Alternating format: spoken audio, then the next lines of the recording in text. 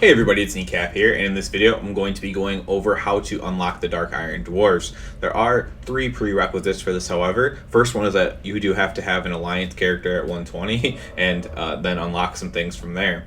So you do need to have 2 achievements as well. You need to have Ready for War, which is completing the Alliance War campaign.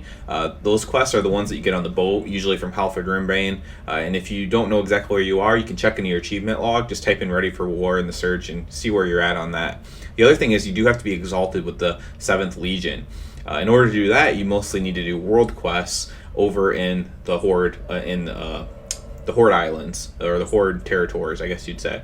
And if you do those, then you'll be able to get exalted with 7th Legion eventually. It is a rep gate. So you go to Stormwind Embassy. In Stormwind, it's marked on the map. I did zoom in on the map, but you should be able to find it in the northern part, and it says Stormwind Embassy. And you go in there, and you can talk to Moira, and she will send you to Blackrock Depths. And that's where our story starts and kind of finishes. There's a lot of role playing in this. I skip over as much as I can, just because, you know, while I like role play, I don't really like role playing, but I like the story of it. And some people like role playing, so that's fine. But so I do skip over a little bit of it, but I do have some of it in here as well. So basically, you're walking up here with Moira, and you're meeting 2 other Dark Irons. And they want to work on some Azerite on the Dark Anvil. So you're going to pick up the Azerite, and it's going to be one of those where it's really heavy, so you have to walk really slow with it. And you'll click the area where you can click on the anvil and put it down. So now you'll see on the side, a bar will pop up, a tracking bar for percentage, and you'll have to fill it to 100%. This is just ads coming. You have to kill a few waves of ads. First, there's these small ones. I should mention I'm doing this towards the beginning of the expansion still, just basically as soon as I could.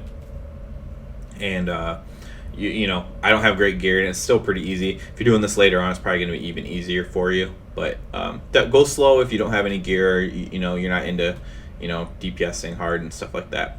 Go ahead and speed it up from here. There'll be a bunch of small things. Then there'll be some medium ones that come out. You can finish those off. Again, those don't really do much damage either. And finally, you'll have a larger mob that comes out. This one will do a little bit more damage, especially if you stand in his like breath attack. He does Azerite expulsion or Azerite something or other he does. If you stand in that, it does hurt a little bit. So when you finish that, you'll be able to advance to the next part. A guy's going to run in and tell him that goblins are attacking, basically. So you have to go defeat the goblins.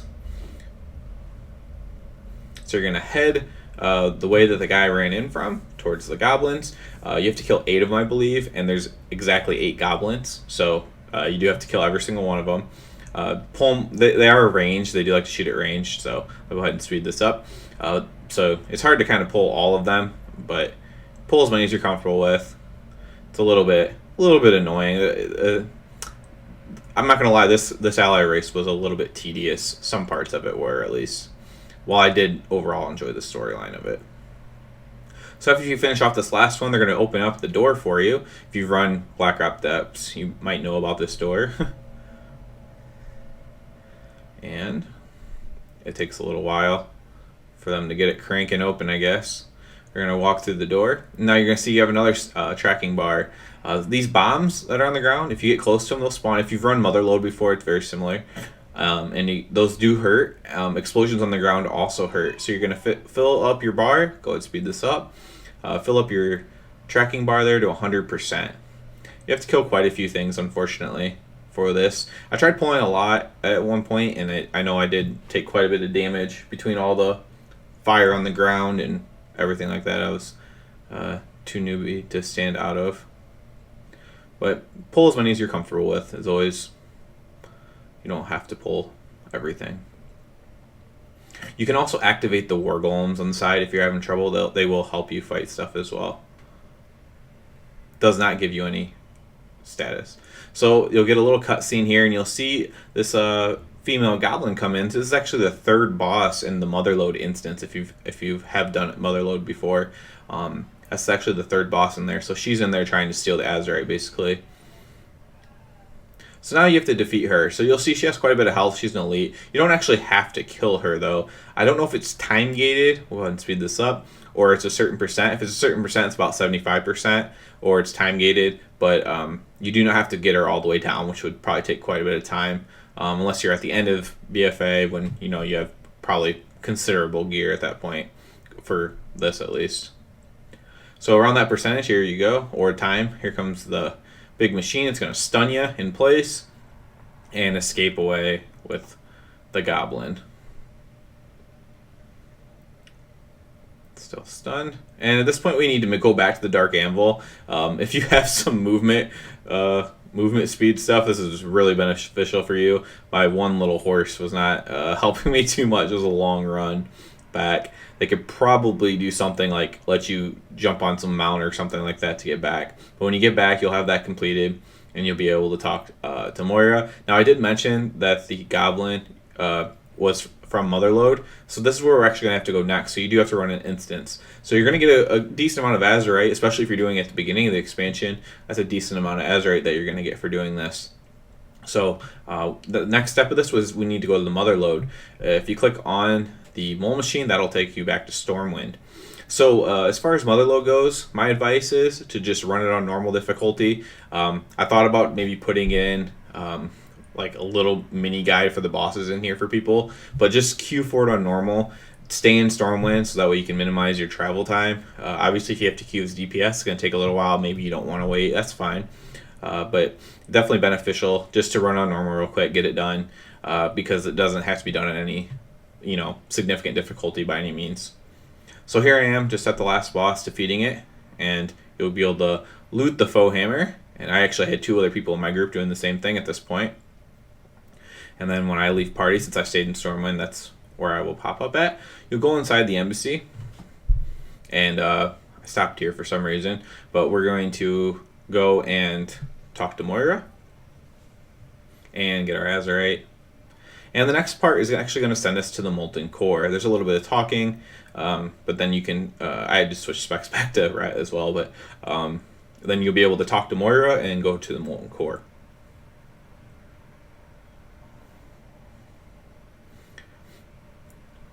So talk to her, click on the dialogue that's for the quest.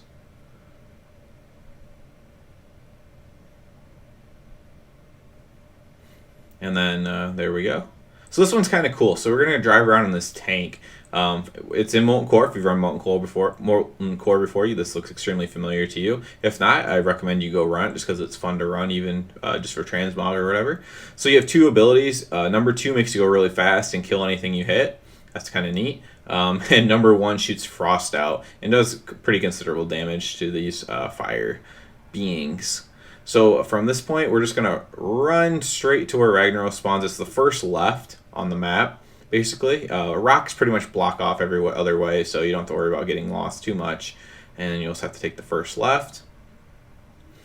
And then at this point, it's going to try to knock you in the lava. It kind of glitched for me, so I'm sorry if this glitches for anybody. But see how I got to go out of the lava? It then reversed me and made me do it again. So it kind of takes control of your machine right here. And I think it's supposed to throw you in the lava like that. And then you just have to make your way to where Ragnaros would normally be. Now the Molten Core is. So you can just go through the lava. I like to go up on the little hill there and jump from there. But you don't have to run around the whole circle by any means. And then you'll have to deal with this guy as well when we get here. So there's going to be some more role playing going on. This guy is like the old Keeper of the Flame type guy. And yeah, you have to fight him. He doesn't do anything really significant. Nothing too hard. Just kind of at this point in the expansion, kind of just like a health sponge. Just sucks up your damage. He has quite a bit of health, but he doesn't really do too much. So we'll defeat him. And now we will click on the Molten Core in the center and get that piece or fragment that we need. And then we'll be able to head back into a mole machine again, which will then take us back to Stormwind. Here back in Stormwind, we're going to talk to Moira. Continue and complete. And now we are sent to the Firelands. I didn't know the Dark Irons had any claim on the Firelands, but apparently they do, which is what we kind of learn. You can talk to Moira and click the quest dialogue, and we're in the Firelands. This time we don't have to start from the beginning. You'll go to where the bridge is supposed to be, and you'll see a little Dark Iron there who's like the gatekeeper. And he kind of alludes to the fact that the Dark Irons that are faithful to Ragnaros and don't like Moira are trying to basically take over and everything and split apart and eventually summon Ragnaros back. So you'll get a little cutscene here of the bridge forming. If you've ran Firelands before, you've seen this before, probably nothing special to you. If you haven't seen it before, it's kind of neat. So for a first time view, even if maybe you haven't seen it for a long time, it's good to appreciate it. Kind of like in Serpentine Cavern, the bridge on that too is pretty cool.